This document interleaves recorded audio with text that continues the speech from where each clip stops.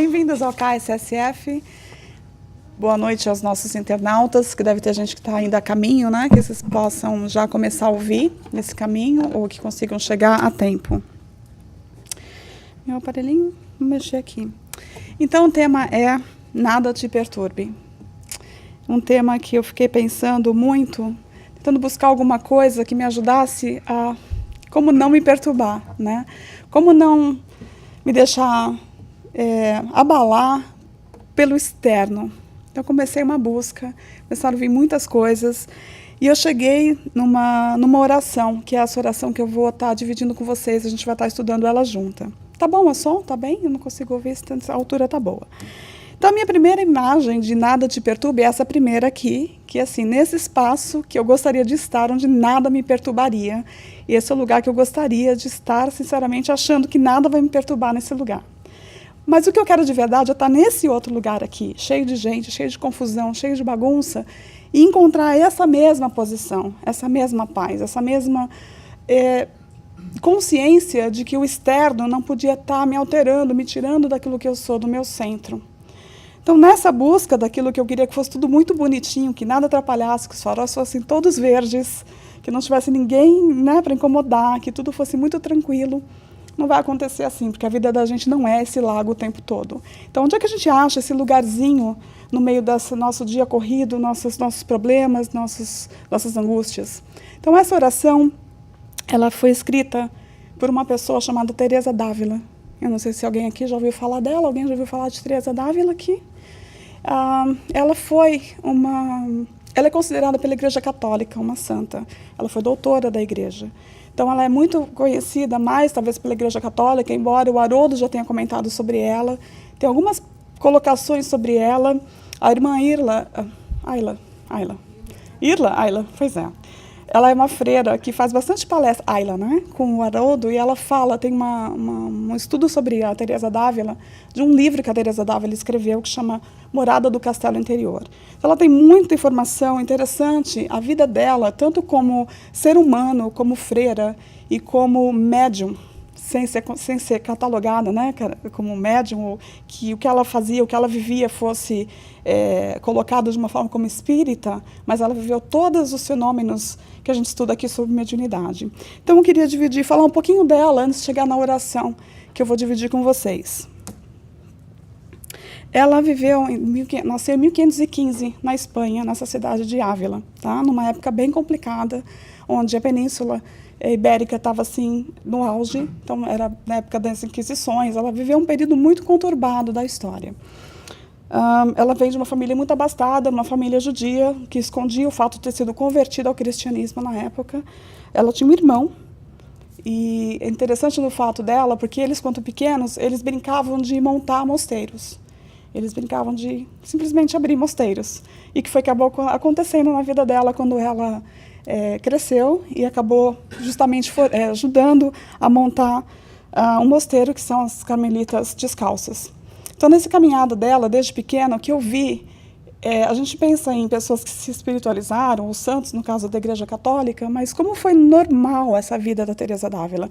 Ela, quando criança, o crescimento dela, ela perde a mãe quando ela tinha 12 anos, ela e o irmão tentam fugir, porque eles descobriram que a vida é eterna, então eles queriam morrer como mártires para viver essa vida eterna. Fogem, o tio acha os dois e traz de volta para casa. Então, assim, sempre uma coisa muito, muito humana a vida deles. O irmão dela morre, ainda jovem. Ela, aos 14 anos, então, fica apaixonada por um primo. Ela já não tem a mãe. E o pai, porque não quer que ela tenha esse relacionamento com o primo, coloca ela num convento. E ela vai para o convento. Não é ainda a Ordem das Carmelitas, ela vai para um outro convento. E nesse convento, ela tem uma monja que introduz Teresa para a vida da oração. Essa monja, ela explica a beleza de ter uma vida em oração. Ela lê um livro e ela começa, então, a querer ter essa vida dentro do convento, essa vida religiosa, essa vida de oração. Mas ela tem ainda um bom caminho, porque ela tem ainda umas saídas assim na vida, até ela realmente se fixar como uma monja. Então, quando ela vai para esse convento das Carmelitas, com 21 anos, ela vai para esse convento, né, então, eu vou ler aqui, ao completar 21 anos, ela foi para esse convento carmelita da Encarnação, e ela passa a se chamar, então, Teresa de Jesus. Nesse período, ela fica muito doente, e ela praticamente é considerada morta, né? Ela é dada como morta, mas o pai não deixa enterrá-la e ela volta à vida. A gente sabe, né? Não tem especificamente o que ocorre, mas a gente sabe que ela pode ter tido uma morte, né? A gente já tem explicações para isso, mas ela foi ressuscitada, ela volta e ela volta assim muito fervorosa. Então ela vai para o convento, ela começa a estudar, uma vida de oração plena. E as freiras que estão com ela veem muitos fenômenos. Ela é considerada mística, ela levitava, né? Elas viam Teresa fazendo muitas coisas diferentes. E quando ela se cura, ela para de rezar, ela perde de novo a vontade de estar envolvida com o místico. Ela desiste de novo do caminho. Até que depois ela passa um outro tempo onde ela volta a buscar de novo oração. Então ela tem esses altos e baixos até que ela realmente entra nesse caminho de oração. Então toda a obra dela é voltada nisso. O quanto que a oração é importante, o quanto que a gente tem esse relacionamento com Deus é importante. Alguém pode pegar uma aguinha para mim, por favor? Acho que aqui não tem. Obrigada. Então ela escreve sobre essa vida contemplativa, porque quando ela entra nesse convento das Carmelitas, ele era um convento que tinha muito luxo. Antigamente, nesse convento, as freiras elas pagavam dotes, e quando elas tinham muito dinheiro, elas levavam uma empregada com elas para o convento. Se você não tinha dinheiro, você ia ser freira e ia trabalhar, mas se você tivesse muito dinheiro, você podia levar uma empregadinha e você não fazia nada. Então ela começou a ver isso muito estranho dentro daquele convento, não tinha essa vida contemplativa. Ela começa a fazer algumas mudanças, até que ela monta o próprio mosteiro dela e passa a se chamar, então, o Mosteiro das Carmelitas Descalças, que existe até hoje em vários países. Não? Então ela vai muito... Ai, obrigada.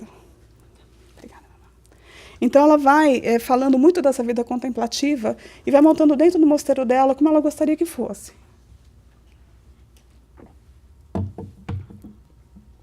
Ela também era poetisa, deixou bastante poesias de amor a Deus, e era tudo psicografado, não que ela entendesse assim, mas nas próprias obras dela, ela fala assim, eu vou deixar isso aqui escrito, porque da próxima vez eu não vou lembrar o que eu escrevi.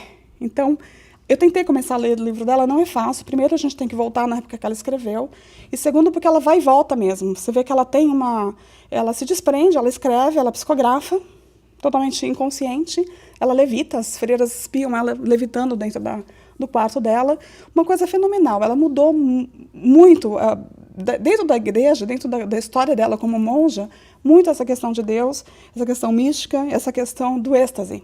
Ela é conhecida porque ela entrava em êxtase. Tá? Então, essa é Teresa d'Ávila, super religiosa, fé inabalável, uma pessoa de caráter. Ela disse que ela era muito decidida, ela tinha uma determinação incrível. Eles falavam que ela era até quase assim, tão masculina, ao ponto de tão determinada e tão forte que ela era. Viajou o mundo inteiro, dentro das condições dela.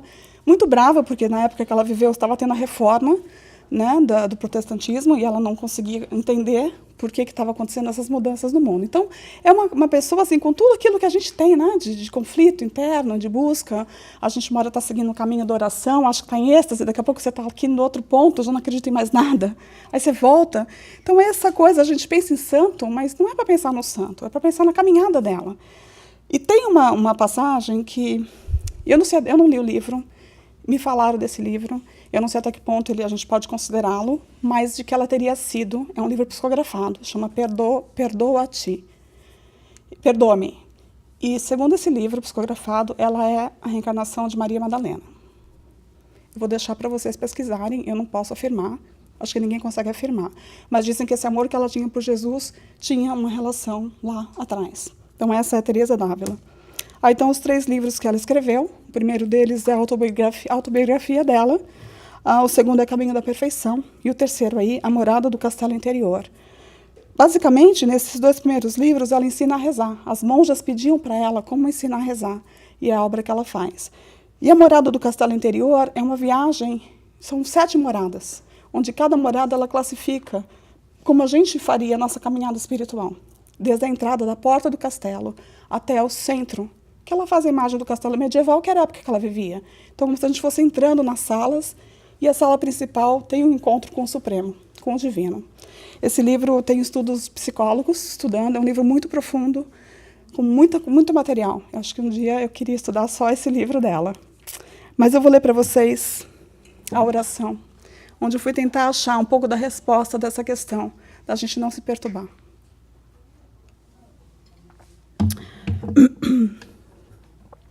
Eleva o pensamento, ao céu sobe. Por nada te angusties, nada te perturbe. A Jesus Cristo segue com um coração grande, e vem o que vier, nada te espante. Vês a glória do mundo? Tudo é glória vã. Nada tem de estável, tudo passa. Nada te perturbe, nada te espante. Tudo passa. Aspira as coisas celestes que sempre duram. Fiel e rico em promessas, Deus não muda. Ama-o como merece, bondade imensa. Mas não há verdadeiro amor sem a paciência. A confiança e fé viva mantém a alma. Quem crê e espera, tudo alcança. Deus não muda, a paciência tudo alcança. Do inferno acossado, e aí seria um inferno, esse termo meio difícil de achar a definição dele, porque ela tem muita coisa em espanhol dela, mas como se fosse assim, aquele inferno que fica aflitivo, que fica cercando a gente, né? A visão do inferno. Então, esse inferno acossado, embora se veja, enganará seus furores quem a Deus tem. Que lhe venham desamparos, cruzes e desgraças. Sendo Deus o seu tesouro, nada lhe falta. E depois, bens do mundo, pois tudo é nada. Ainda que tudo percas, só Deus basta. Quem a Deus tem, nada lhe falta. Só Deus basta. Então, o que eu fiz? Cada frase dela, eu fui trazendo um pouco para aquilo que a gente estuda aqui no centro. Fui tentar trazer um paralelo do que a gente já aprendeu, que a gente já viu. Então, quando ela fala, eleva o pensamento ao céu, sobe, nada mais é que esse convite da gente mudar nosso padrão mental. Né? O que a gente está pensando? Pensar no que a gente está pensando. Sair de um estado atual que a gente está. Talvez fosse um caminho para a gente sair daquela situação que a gente está vivendo, que a gente está perturbado, ansioso, né? Mudar. A gente já está aprendendo que esse pensamento tem muita força, muito poder. Então, o convite dela é esse. A princípio, assim, vamos elevar o pensamento. Quantas vezes a gente começa aqui falando isso? Vamos elevar nossos pensamentos. O convite dela, já no começo do século XVI, com esse convite. Como ela era assim, já tinha uma concepção tão grande dessa conexão, né, com o divino. Então, eu trouxe aqui um trechinho do livro da Joana de Ângeles, que ela fala exatamente isso. Conforme sua paisagem mental, a existência física será plasmada, face ao vigor da energia direcionada. Através dos bons pensamentos, nos conectamos com bons espíritos. Ouvimos através de intuições seus concursos em prol de nossa evolução.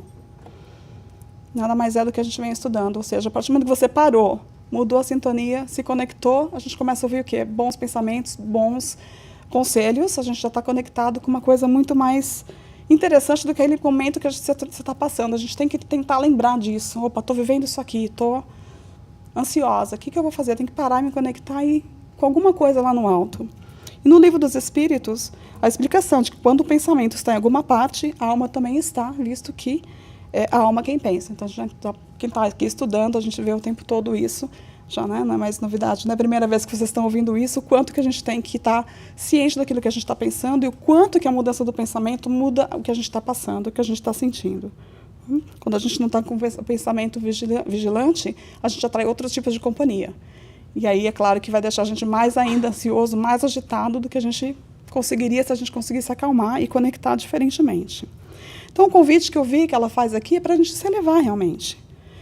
Lembrando e entendendo que, na época, ela pensava em céu e inferno diferente do que a gente vem estudando, que a gente vem entendendo. Né? Ela tinha uma concepção do inferno e do céu diferente do que a gente tem. Mas o que a gente já aprendeu aqui até agora? Que o céu e o inferno está dentro da gente, não é? Então, o que exatamente a gente vê nesse livro do Emmanuel, ele explica exatamente assim, o céu e o inferno começam invariavelmente dentro de nós, visto exprimirem o equilíbrio ou a perturbação, a alegria ou a dor, a consciência em paz pelo bem realizado ou a que se encontra carregada de remorsos pelos equívocos cometidos.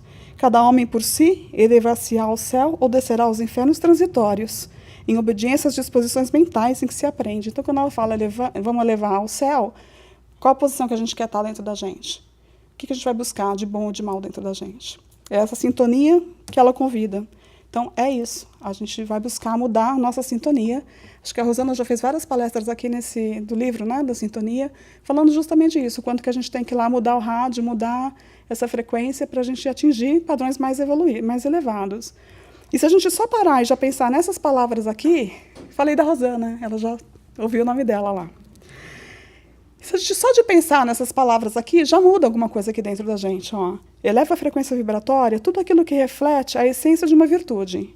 A bondade, o perdão, a tolerância, a compreensão, a caridade, a solidariedade, a benevolência, uma leitura edificante e uma oração. Como é que eu saio do momento que eu estou?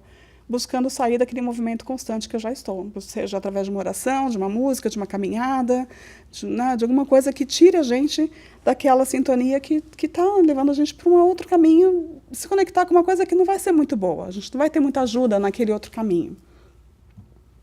Então ela continua, por nada te angusties, nada te perturbe. A angústia. Né? Angústia é uma coisa muito ruim. Só de falar na palavra, a gente também já fica com aquela coisa, né, de sensação de angústia. A Joana ela fala o seguinte sobre a angústia. A angústia entorpece os centros mentais do discernimento e desarticula os mecanismos nervosos, transformando-se em fator positivo de alienações. Afeta o psiquismo, o corpo e a vida, enfermando o espírito. Fomenta a paz, que é o antídoto da angústia. Então, a colocação que eu vi é assim, a angústia é tão ruim que ela deixa a gente meio burro. Ela vai parar o nosso poder de raciocínio para conseguir parar e falar, não, vou me conectar com alguma coisa. Não dá. Quantas vezes a gente está sentindo tão mal, a gente não consegue nem ver que o dia está bonito. Às vezes assim, que dia lindo. Pô, não está, né? Bom dia, por quê?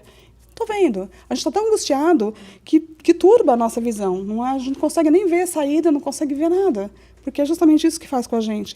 Desarticula tudo, né? Desajusta tudo. Físico, aí a gente está falando de uma coisa física já não é mais só o psicológico. Fisicamente a gente já está abalado. E no Evangelho, não podia ter tido uma coisa mais gostosa de ouvir, que é justamente isso, né?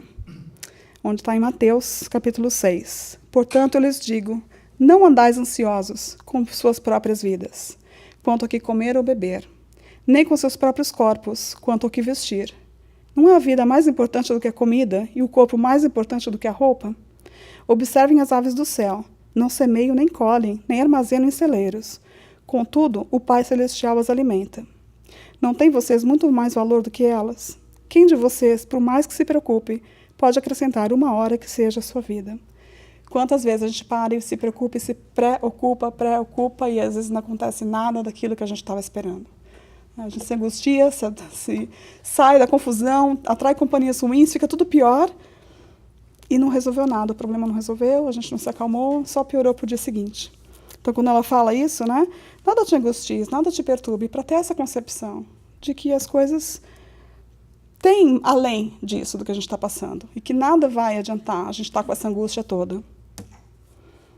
Ela segue. A Jesus Cristo segue com o coração grande e venha o que vier, nada te espante. Então ela faz o convite de seguir Jesus. E eu achei uma colocação muito linda nesse livro do Francisco Xavier, do Chico Xavier, que ele fala o que seria seguir Cristo. Seguir o Cristo de Deus com a luz que Allan Kardec acende em nossos corações é a norma renovadora que nos fará alcançar a sublimação do próprio espírito em louvor da vida maior. Então, se a gente está seguindo, a proposta que ela faz de seguir com esse coração grande, para a gente não ter medo do que vem, a gente tem que estar... Ela faz um convite, no meu ponto de vista, de seguir um modelo, que a gente já sabe que é o modelo e guia Jesus. Mas então, por que seguir Jesus? Quem é essa pessoa tão especial? E tem um capítulo na Gênesis que fala sobre isso, exatamente. O capítulo é grande, fala muita coisa interessante sobre Jesus, mas eu trouxe essa parte aqui que para mim foi muito bonita, sobre essa superioridade da natureza dele. Então o texto fala o seguinte: a sua superioridade com relação aos homens não derivava das qualidades particulares do seu corpo, mas das do seu espírito, que dominava de modo absoluto a matéria, e da do seu perispírito, tirado da parte mais quintessenciada dos fluidos terrestres. O maior milagre que Jesus operou, o que verdadeiramente atesta a sua superioridade, foi a revolução que os seus ensinos produziram no mundo. Então está aí o exemplo maior que ele deixou, né? Então a gente sabe que nessa concepção de seguir quem e por quê, a gente tem muitos exemplos disso. E ele era uma pessoa exatamente, tanto Jesus homem como Jesus bíblico, como espírito, muita coisa para a gente ver. Esse capítulo sobre a superioridade dele é lindíssimo. Eu recomendo vocês lerem, porque dá para a gente ficar assim, apaixonado mesmo por Jesus. Ela segue então. Então, após seguir Jesus, vês a glória no mundo, é glória vã. Nada tem de estável, tudo passa. O que ela quer dizer com isso? Que realmente, né, não está aqui. A gente se angustia pelas coisas daqui. E esse trechinho que eu trouxe é na passagem do livro Boa Nova, do capítulo Bom Ânimo, que é uma conversa de Jesus com Bartolomeu. E Bartolomeu e Natanael dizem que é a mesma pessoa na Bíblia, né? São dois evangelistas que falam dele com nomes diferentes. Mas o que me chamou a atenção é que foi ele justamente que faz aquela pergunta se algo bom pode vir de Nazaré. Então ele tinha assim, uma aversão a Nazaré. E ele tem muitas perguntas para Jesus. Ele reconhece Jesus como sendo o Messias, mas ele tem várias perguntas. E esse capítulo do livro tem um diálogo bacana também. Ele está de mal com a vida, ele está muito angustiado. E Jesus fala muito bem colocado aqui, se a gente pensar nessas glórias do mundo, o que Jesus responde para ele. Qual é o melhor negócio do mundo, Bartolomeu? Será a aventura que se efetua a peso de ouro? Muita vez amordaçando-se o coração e a consciência para aumentar as preocupações da vida material? Ou a iluminação definitiva da alma para Deus? A colocação onde é que está? Que se realiza tão só pela boa vontade do homem, que deseja marchar para o seu amor por entre as urzes do caminho. Urzes são aquelas florzinhas, coisinhas de violeta que nascem no meio das pedras. Então, qual que é a pergunta? Né? Onde está a nossa visão? Onde que a gente está com o coração? Então, quando ela pergunta assim, se a gente está angustiado por alguma coisa que é do mundo, tudo passageiro, né? O que a gente está angustiado? É tão material assim? Será que a gente está angustiado? Será que vale a pena essa angústia toda por uma coisa que não é estável, que tudo vai passar? Boa noite. Então, seguindo a oração dela. Nada te perturbe, nada te espante, tudo passa. Aspira as coisas celestes que duram sempre, sempre duram. A vida corporal não é mais do que rápida passagem, uma breve permanência num país ingrato. As vicissitudes e as tribulações da vida são apenas incidentes que enfrentamos com paciência, porque sabemos que são de curta duração e devem ser seguidos de uma situação mais feliz. Evangelho segundo o Espiritismo. Ela já tinha essa concepção de que tudo passava. Talvez pela própria história de vida dela, ela sabia que ia passar. Né? De uma forma ou de outra, ela teve momentos que indicaram isso. E a gente sabe na vida da gente que passa. Né? Parece que não vai passar nunca, mas quantos momentos que a gente achou que nunca ia passar, passaram. Né? Demorou, pode não ter passado como a gente gostaria que passou, mas passou. Né? Tudo passa, é o convite que ela faz aqui. E os Espíritos nos trazem a confirmação disso quantos séculos depois. Falando exatamente isso, que não é aqui. A gente está tão preocupado, angústia, então volto a falar, será que a angústia é só aqui? A angústia é da matéria só? Então, a gente tem que, de novo, o convite dela, a gente colocar esse pensamento, né, mais no alto, mais lá para cima. Então, fiel e rico em promessas, Deus não muda. Ama-o como merece, bondade imensa, o amor que ela tinha por Deus, o que ela entendia desse amor pelo divino. E aí, no Livro dos Espíritos, no capítulo 3, chama Atributos da Divindade. É maior que isso, né? Ele fala mais detalhadamente um pouquinho o que cada um é, mas eu trouxe aqui para a gente pensar um pouco nisso. Se a gente concentrar e pensar um pouco com a nossa capacidadezinha, né, de tentar chegar perto do que se a gente conseguiria definir o que seria Deus. Mas vamos tentar um pouquinho aqui só no que os Espíritos nos falam, que Deus é eterno. Né? Se ele realmente ele não teve um começo, não tem um fim. Né? Ele é eterno, não tem assim, ninguém consegue falar, começou, terminou. Ele é eterno. Ele é imutável. Se ele não fosse imutável, as leis do universo, né, eu acho que se a gente jogar as coisas no chão, ela ainda cai. A gente ainda tem a lei da gravidade. Então, as leis são leis imutáveis do universo. Então, ele é imutável, porque as leis dele são imutáveis. Se tivesse alguma coisa que, antigamente eu jogava no chão, não caía. Né? Caía, agora não cai mais. Mudou uma lei. Né? Então, aquilo que realmente... e não necessariamente que algumas coisas mudaram, mas talvez a gente está descobrindo que não era como a gente achava que era. Mas a lei estava lá. É a gente que vai descobrindo como é que funcionava. Ele é imaterial, a gente não consegue nem imaginar, né? A gente dá características humanas para Deus, mas imaterial. Único, porque se tivesse mais de um, não teria uma unidade de governança, né? Sobre todas as coisas. Onipotente, claro. Soberano, porque se tivesse mais gente, quanta coisa aconteceria, ele não seria onipotente. E ele é soberanamente justo e bom. A sabedoria providencial das leis divinas se revela assim nas mais pequeninas coisas como nas maiores. Então, essa visão que a gente precisa, às vezes, parar um pouquinho e tentar respirar, né, um pouco esse Criador, como a gente concebe isso, parar pensar um pouco nessas características de tudo do universo que a gente vê no amanhecer, né, na floresta, nos animais, em tudo que ele criou, no homem, tudo, essa divindade dele. E o capítulo continua né, no Livro dos Espíritos, perguntando isso. Então, onde se pode encontrar a prova da existência de Deus? Uma pergunta bem difícil, né? Uma pergunta assim, difícil da gente imaginar que dá para responder até. E eles falam para a gente, num axioma que aplicai às vossas ciências. Ou seja, numa verdade que vocês já aplicam às vossas ciências, é igual. Não há efeito sem causa, né? Assim, a ciência ela não tem efeito sem causa. Procurai a causa de tudo que não é obra do homem e a vossa razão responderá. Para crer-se em Deus, basta-se lance o olhar sobre as obras da criação.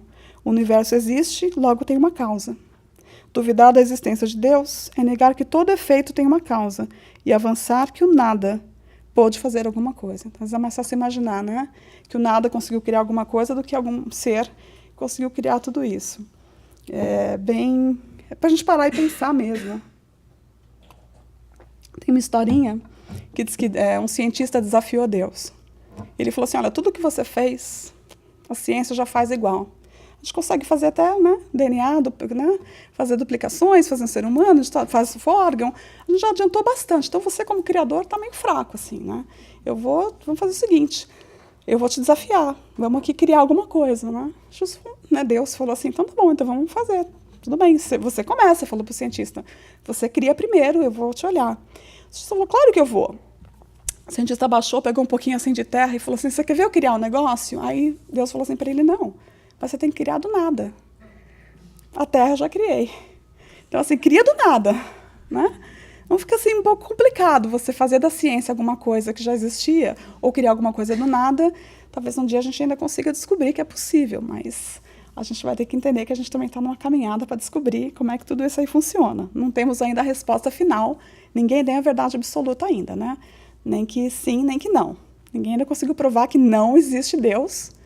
Eu não conheci ninguém ainda. Que não existe, não conheci ninguém ainda. Né? Ainda não se provou que ele não existe.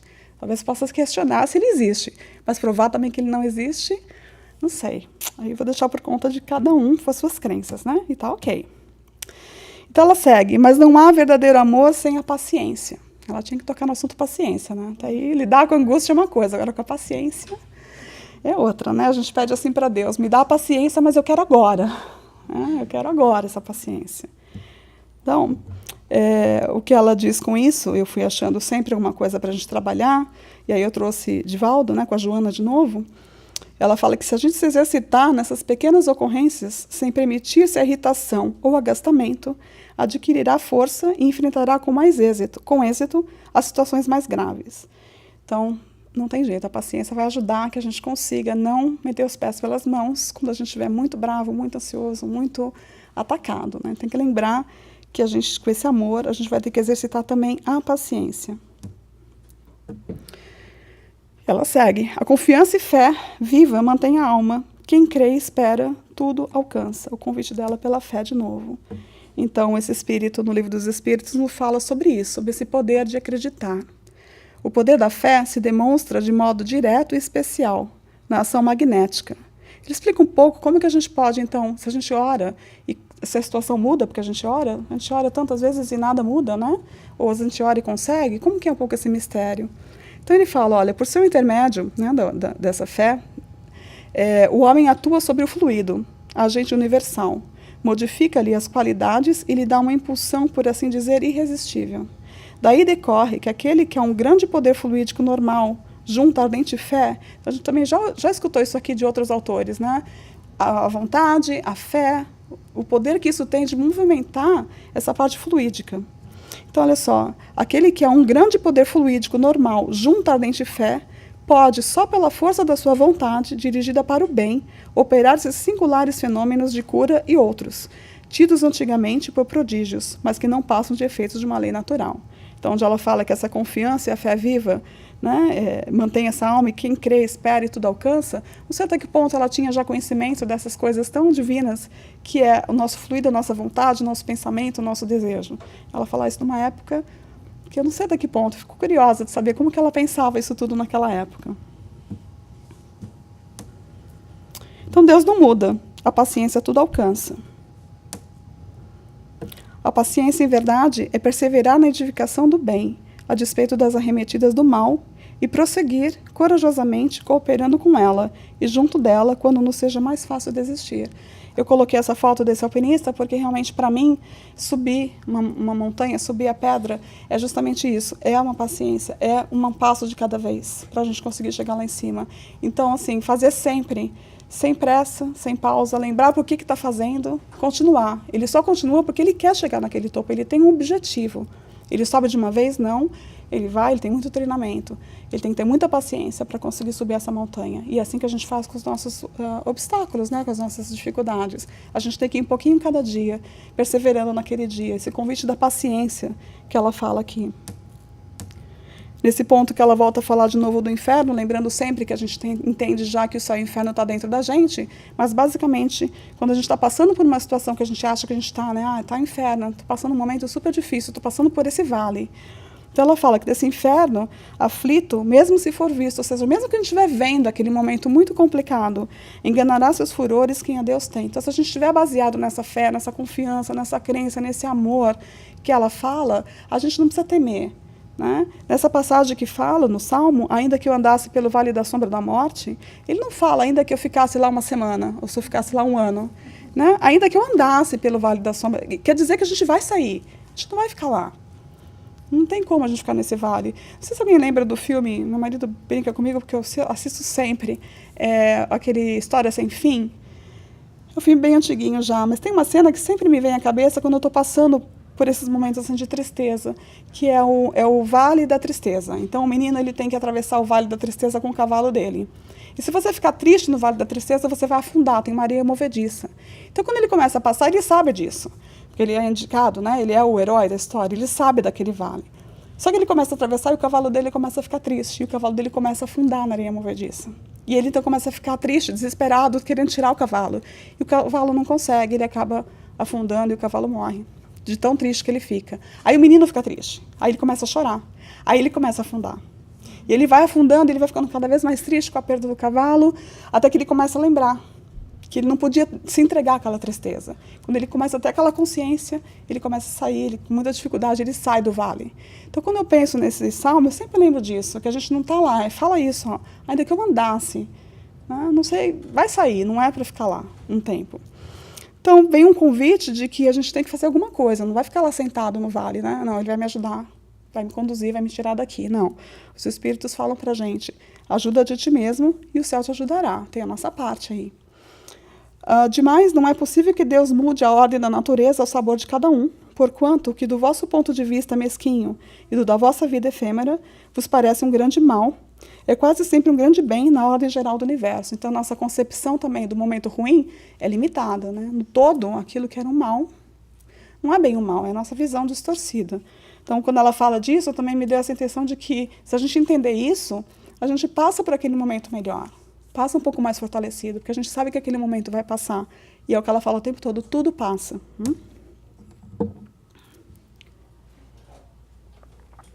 Que lhe venham desamparos, cruzes e desgraças. Sendo Deus o seu tesouro, nada lhe falta. Ela convida aqui, né, que a gente, de novo, tendo Deus, e eu coloquei como ela coloca sempre, a questão da oração. Então, se a gente orar, se a gente pedir, olha o que os Espíritos nos falam, que essa prece traz para junto de vós os bons espíritos. E dando-vos estes força para suportá-las corajosamente, menos rudes elas os parecem. A prece nunca é inútil, quando bem feita, porque fortalece aquele que ora, o que já constitui grande resultado. Deus vos assiste por meios tão naturais que vos parecem obra do acaso ou da força das coisas. Muitas vezes também, as mais das vezes mesmo, ele vos sugere a ideia que vos fará sair da dificuldade pelo vosso próprio esforço. Então, super confortante de saber disso, quanto que a gente é ajudado com uma simples oração que a gente faz, um simples suspiro, um simples parar e elevar o nosso pensamento. Quanta coisa boa chega ao nosso alcance e nossa ajuda. Então, ela diz, e depois bens do mundo, pois tudo é nada, ainda que tudo percas, só Deus basta. Esse trecho que eu trouxe, ele também está no Livro dos Espíritos, é uma psicografia de uma rainha, alguns aqui de vocês já devem ter ouvido falar, onde ela desencarna e ela chega do outro lado esperando, então, né, a corte, e ela esperando que ela era da realeza e que fosse ser tratada como tal, Qual a surpresa dela quando ela chega do outro lado? Os subalternos dela estavam em uma situação superior, mais elevada que ela. Então ela percebe que tudo aquilo que a gente vive aqui é tão temporário, é tão passageiro, que essa realeza dela era só terrena, era só aqui. Então ela traz isso para a gente para falar isso. É um trecho maior, eu trouxe só esse pedacinho.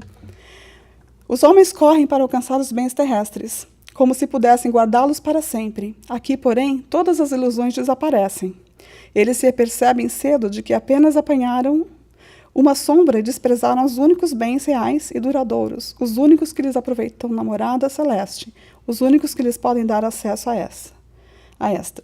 Compadeçam dos que não ganharam o reino dos céus. Ajudem-nos com as suas preces, pois a prece aproxima o homem do Altíssimo. É o traço de união entre o céu e a terra. Não se esqueçam disso. Uma rainha de França. Então, de novo, a lembrança do que é isso, né? Onde a gente está, o que a gente está buscando, onde a gente está construindo. Lembrar dessa eternidade que a gente tem. O que a gente está aqui, tudo passa. Então, quem a Deus tem, nada lhe falta. Só Deus basta, é o final da oração dela.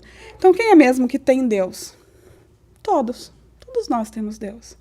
Mas na visão dela, o que ela coloca aqui, e eu coloquei essa frase, né? Tem João, capítulo 10, versículo 30, eu e o Pai somos um. Porque nessa obra dela, ela entende que quem tem Deus são aqueles que têm um relacionamento com Deus. Quem busca essa vida de oração, essa vida de contemplação, essa vida de melhora, de elevar o pensamento. Então, ela direciona nesse sentido. Que somos todos nós, todos estamos buscando isso. Né? Cada um dentro da sua caminhada, mas todos temos Deus. Então, é o convite que ela faz. E dentro desse estudo todo, de ficar pensando, tudo passa, por que a gente está tão angustiado, e como que a gente lida com essas angústias do dia a dia, chegou até mim uma poesia muito bacana, que eu não conhecia. Eu vou dividir com vocês. É do Rumi, eu não sei se alguém conhece aqui esse poeta, um poeta persa do século XIII. E ele compara o nosso corpo a uma casa de hóspedes. Então ele fala assim, o ser humano é como uma casa de hóspedes. Toda manhã é uma nova chegada, uma alegria, uma tristeza, uma mesquinhez. Uma percepção momentânea chega como visitante inesperado. Acolha a todos. Somos uma casa de hóspedes, né? Ninguém veio para ficar para sempre. Mesmo se for uma multidão de tristezas que varre violentamente sua casa e a esvazia de toda a mobília, mesmo assim, honre a todos os seus hóspedes. Eles podem estar limpando você para a chegada de um novo deleite. O pensamento escuro, a vergonha e a malícia, receba-os sorrindo à porta e convide-os a entrar. Seja grato a quem vier, porque todos foram enviados como guias do além. Somos uma casa de hóspedes. É isso que ela quis dizer, tudo passa. Então, assim, que a gente possa aprender a receber, sabendo que não veio para ficar. O vale, né, das sombras, a gente foi para passar, não é para ficar lá. Talvez entender esse movimento da vida nos ajude a não se perturbar tanto com o que chega. Né? Essa é uma poesia bacana. E, para finalizar, uma outra poesia de Chico, falando a mesma coisa. Tudo passa, exceto Deus. Deus é o suficiente. Muito parecido, né, com o que ela falou. Todas as coisas na terra passam. Os dias de dificuldades passarão. Passarão também os dias de amargura. Desculpa, tem um erro aqui. E solidão. As dores e as lágrimas passarão. As frustrações que nos fazem chorar um dia passarão. A saudade do ser querido que está longe passará. A gente que está aqui, né, tão longe. Dias de tristeza, dias de felicidade, são lições necessárias que na Terra passam, deixando no espírito imortal as experiências acumuladas. Se hoje para nós é um desses dias repletos de amargura, paremos um instante. Elevemos o pensamento ao alto e busquemos a voz suave da Mãe amorosa a nos dizer carinhosamente, isso também passará. E guardemos a certeza pelas próprias dificuldades, já superadas, que não há mal que dure para sempre. Essa mensagem dele que bate muito com o que ela vem falando, né? Tem uma história que também ela está psicografada num livro do Chico, sobre a Teresa d'Ávila, que diz que ela estava caminhando e ela tropeçou e caiu numa poça d'água. Eu já li num lugar que era uma poça d'água, num outro lugar que era um rio, e que ela quase se afogou. E no desespero dela, ela chamou por Jesus e Jesus veio até ela. Ela conta vários encontros com Jesus, ela conversava com as flores, enfim. Nesse dia, Jesus apareceu para ela, ajuda ela a sair daquela situação difícil e fala assim para ela, tá vendo, Teresa, como eu trato as pessoas, os meus amigos, tipo assim, não tem diferença para ninguém, né? Você também caiu na poça. Aí diz que ela parou e falou assim para ele, agora eu entendo por que você tem tão poucos amigos. né? A historinha que eles contam que ela devolveu para ele assim. Mas querendo dizer isso, que ele não tem preferidos, né? Ele sabia toda a dedicação dela, ele não tratou ela diferente, ela tinha que passar por aquele momento, mas ele estava ali. E que ele ia ajudá-la no momento que ela pediu a ajuda para ele. Então, gente, é o estudo da gente tentar seguir um pouquinho disso do que ela passou para a gente, da gente lembrar disso. Somos uma casa de hóspedes. As coisas têm que vir, a gente tem que aprender a deixar aí na hora que tem que ir, receber o bom, o ruim, porque tudo passa. Tudo é temporário e sempre é seguido de um bem. Sempre que a gente tem uma situação complicada, daqui a pouco passa e vem uma coisa boa. A gente tem coisas para contar, que aquilo passou. E é isso, meu estudo, eu queria passar para vocês. Desejo uma excelente noite e que vocês tenham aí uma excelente semana, que vocês possam ficar aqui para os estudos, né? Tem aula ainda hoje. E eu agradeço imensamente a atenção, o carinho e a paciência de vocês. Obrigada, gente.